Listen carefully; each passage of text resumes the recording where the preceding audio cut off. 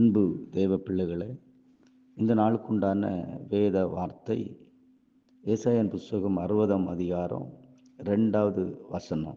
இதோ இருள் பூமியையும் காரிருள் ஜனங்களையும் மூடும், ஆனாலும் உன்மேல் கர்த்தர் உதிப்பார், அவருடைய மகிமை உன்மேல் காணப்படும் இந்த வார்த்தையை பரிசுத்த ஆவியானவர் இந்த நாளில் நம்ம மேலே வாக்குத்தத்தமாய் கொடுக்கிறார்.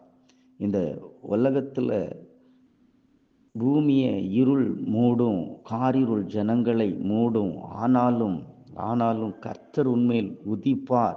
கர்த்தர் நம்ம மேலே வெளிச்சமாய் உதித்திருக்கிறார் என்று சொல்லி வேதம் நம்ம மேலே பதிவிடுகிறது. வேதத்தில் பதிவிட்டிருக்கிறபடினால நாம் கர்த்தருடைய வெளிச்சத்தை பெற்ற ஒரு சந்ததியாக இருக்கிறோம்.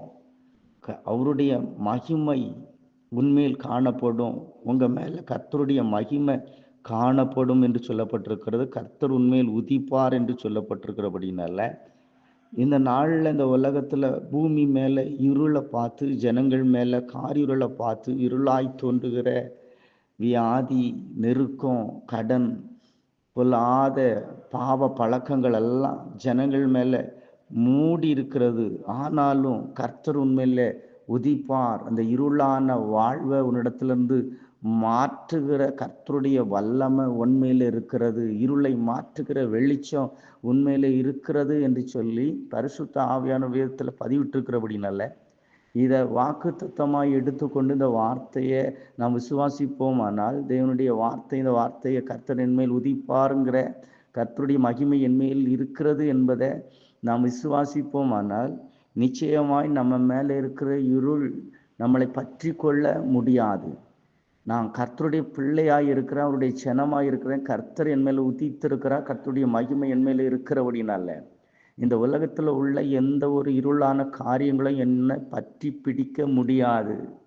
அது அகலும். கர்த்தர் என் மேல் உதித்திருக்கிறபடினால என் வாழ்க்கையில் இருக்கிற வறுமை, என் வாழ்க்கையில் இருக்கிற பிரச்சனை இந்த நாளில் மாறும். இந்த வசனத்தை கேட்டுக்கொண்டிருக்கிற தேவ ஜனமே, இந்த நாளில் நீங்கள் விசுவாசிங்க. உங்கள் வாழ்க்கையில் ஏதோ ஒரு காரிருள் மூடி இருக்குதா, ஏதோ ஒரு பிரச்சனை உங்கள் பின்தொடர்ந்து வருதா, இந்த நேரத்தில் கர்த்தருடைய நாமத்தில் நான் உங்களுக்கு சொல்லுகிறேன், இந்த வார்த்தையின்படி நான் உங்களுக்கு சொல்லுகிறேன், கர்த்தர் உங்கள் மேலே உதித்திருக்கிறபடினால அவருடைய மகிமை உங்கள் மேலே இருக்கிறது என்று சொல்லி நீங்கள் விசுவாசிப்பின்னு சொன்னால், விசுவாசிக்கிறவனால எல்லாம் கூடும் என்று சொல்லப்பட்டிருக்கிறபடினால கர்த்தருடைய வார்த்தையை விசுவாசிக்கிற உங்கள் வாழ்க்கையில் இன்றைக்கு எல்லாம் கூடும். இருள் மாறி வெளிச்சம் வரும், தேவனுடைய ஆசீர்வாதம் வரும், தேவனுடைய மகிமை வரும், தேவனுடைய நன்மைகள் உங்கள் வாழ்க்கையில் இந்த நாளில் வரும். நல்ல இந்த வார்த்தையை நீங்கள் விசுவாசிங்க, இந்த வசனத்தை நீங்கள் விசுவாசிங்க. கர்த்தர் என்மேலே உதித்திருக்கிறார், கர்த்தருடைய மகிமை என்மேலே காணப்படுதுங்கிறத விசுவாசிங்க. கர்த்தர் தாமே இந்த வார்த்தையின்படி உங்களை ஆசீர்வதிப்பாராக. ஆமென்.